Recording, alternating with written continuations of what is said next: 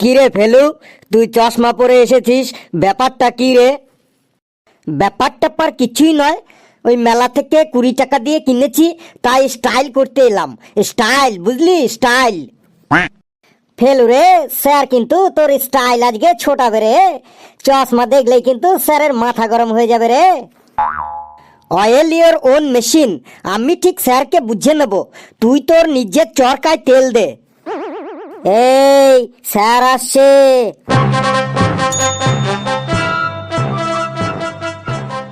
Good morning sir. Good morning sir. বস বস, তোরা সকলে বসে পড়। এই ফেলু বাবা, তুই কাল স্কুলে আসিসনি কেন রে? স্যার, কালকে আমি স্বপ্নে সিঙ্গাপুর গিয়েছিলাম, তাই স্কুলে আসতে পারিনি। সে কি রে? এই কালু, তুইও তো কাল স্কুলে আসিসনি, তুইও কি কাল ফেলুর সাথে স্বপ্নে সিঙ্গাপুর গেছিলি? না স্যার, আমি কাল স্বপ্নে ফেলুকে এয়ারপোর্টে পৌঁছে দিতে গেছিলাম, তাই আমি স্কুলে আসতে পারিনি।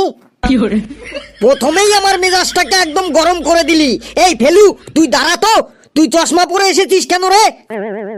স্যার, কালকে থেকে চোখে একটু কম দেখছি, তাই চশমা পরে এসেছি স্যার। তার মানে তোর চোখের পাওয়ার কমে গেছে? বলতো কি খেলে চোখের পাওয়ার বাড়ে? স্যার, খড়কুটো, গাছের পাতা, তারপরে ঘাস খেলে চোখের পাওয়ার বাড়ে। বলিস কি? ঘাস, খড়কুটো, গাছের পাতা প্রভৃতি খেলে চোখের পাওয়ার বাড়ে? তুই কি করে বুঝলি? স্যার, গরু ছাগলকে কখনো দেখেছেন চশমা পরতে? ওরা ঘাস, গাছের পাতা, তারপরে খড়কুটো খায়, তাই ওদের চশমা লাগে না, চোখে একদম হাই পাওয়ার। কি সাংঘাতিক রে বাবা, তুই দাঁড়িয়েই থাক। ফেলু রে, তোর চশমাটা আমাকে আজকে একটু দিস রে। কালকে আমি একটা স্বপ্ন দেখেছিলাম, স্বপ্নটা ঝাপসা ঝাপসা দেখছিলাম, আজকে চশমা পরে ঘুমালে একদম ক্লিয়ার দেখতে পাবো রে। এই কালু, তুই আবার কি বলছিস রে? তুই দাঁড়া তো, তুই বলতো ভাস্কো দা গামা কবে ভারতে এসেছিলেন? স্যার, কে কবে কোথায় আসবে, কোথায় যাবে, এটা জানা কি আমার দায়িত্ব? আমি স্কুলে পড়াশোনা করতে আসি, পড়াশোনা করে যাই। জানিস না, সেটা তো ভালোভাবে বললেই হয়।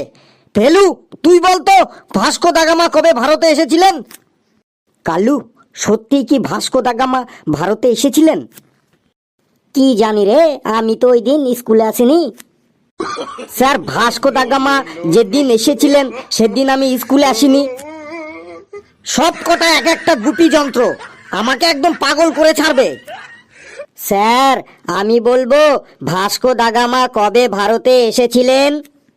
তুই তো একাই এই ক্লাসে একমাত্র সঠিক উত্তর দিস, নে তুই বল।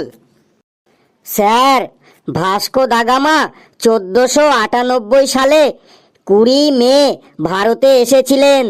স্যার, ওরা জানলে তো বলবে যে ভাস্কো দা গামা কবে এসেছিলেন, ওরা তো কিছুই জানে না। হ্যাঁ, আমরা তো কিচ্ছুই জানি না, তুই তো সবই জানিস। তাহলে বলতো আমাদের পাড়ার ফেচ্চুদা কবে শ্যামনগর গিয়েছিল? ফেলু, তুই চুপ কর কিন্তু, না হলে কিন্তু আমি তোর ছাল চামড়া একদম গুটিয়ে দেবো মেরে। ঘেটু, তুই দাঁড়া তো, তুই বলতো সাইক্লোন কাকে বলে? স্যার, সাইকেল কেনার জন্য যে লোন নেওয়া হয় তাকে সাইক্লোন বলে। বাবা রে, এ বলে কি রে? এই পেচি, তুই দাঁড়া তো, তুই বলতো 15ই আগস্ট আমরা কি পেয়েছিলাম? স্যার, 15ই আগস্টে আগের বছর তো 2টো ম্যাঙ্গো চকলেট পেয়েছিলাম। এবার আপনারা কি দেবেন জানি না। বাপরে বাপ, আমাকে তোরা আর রাগাস না কিন্তু, আমি কিন্তু আজকে প্রেসারের ট্যাবলেটটি খেয়ে আসিনি। স্যার, 15ই আগস্ট আমরা স্বাধীনতা পেয়েছিলাম। একদম ঠিক বলেছিস, বস হাবলু, তুই বস। স্যার, এটা আমিও জানতাম। তুই তো সবই জানিস, তুই কত পণ্ডিত আমার জানা আছে। বলতো তুই তাহলে 15টা ফলের নাম বলতো। স্যার, 15টা ফলের নাম হইল আপেল, আঙ্গুর, কমলা লেবু। এ তো 3টি ফলের নাম বললি, আর 12টা ফলের নাম বল। স্যার, আর 1 ডজন কলা। বাহ ফেলু, একদম তো ফাটিয়ে দিলি রে। কিসের ফাটালো রে? সব কটাই এক একটা মূর্খ। এই কালু, তুই বলতো মাছ খেলে কি হয়? স্যার, মাছ খেলে পুকুরের মাছ কমে যায়। হায় রে হায়, এদের নিয়ে যে আমি কি করি। আরে মাছ খেলে দেহের প্রোটিন বাড়ে। তোদের সবার ভবিষ্যৎ দেখছি অন্ধকার। না স্যার, আমাদের ভবিষ্যৎ কারুরই অন্ধকার নয়। দরকার হয় জেনারেটর দিয়ে আলো জ্বালাবো, তাও ভবিষ্যৎ অন্ধকার করব না।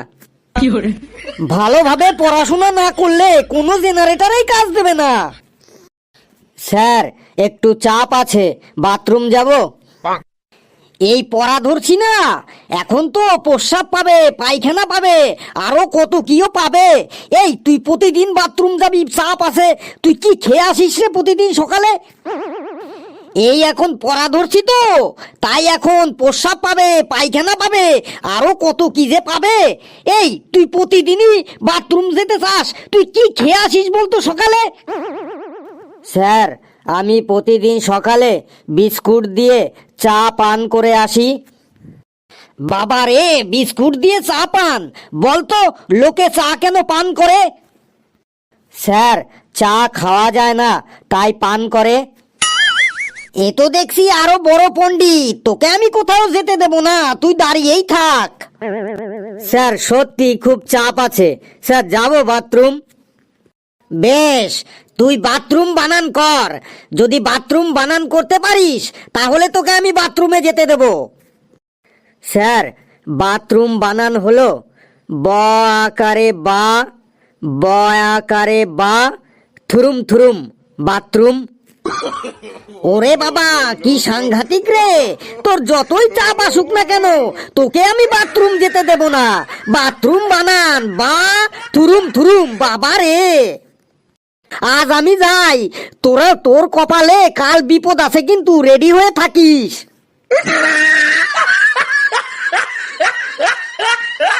বন্ধুরা, ভিডিওটি কেমন লাগলো আপনারা কমেন্টসে অবশ্যই জানাবেন। আর ভিডিওটি লাইক করবেন, যত পারেন শেয়ার করবেন। আর চ্যানেলটিকে সাবস্ক্রাইব করে আমাদের সাথেই থাকবেন। সকলে হাসতে থাকুন, সুস্থ থাকবেন। যত বেশি হাসবেন তত বেশি সুস্থ থাকবেন। হ্যাঁ।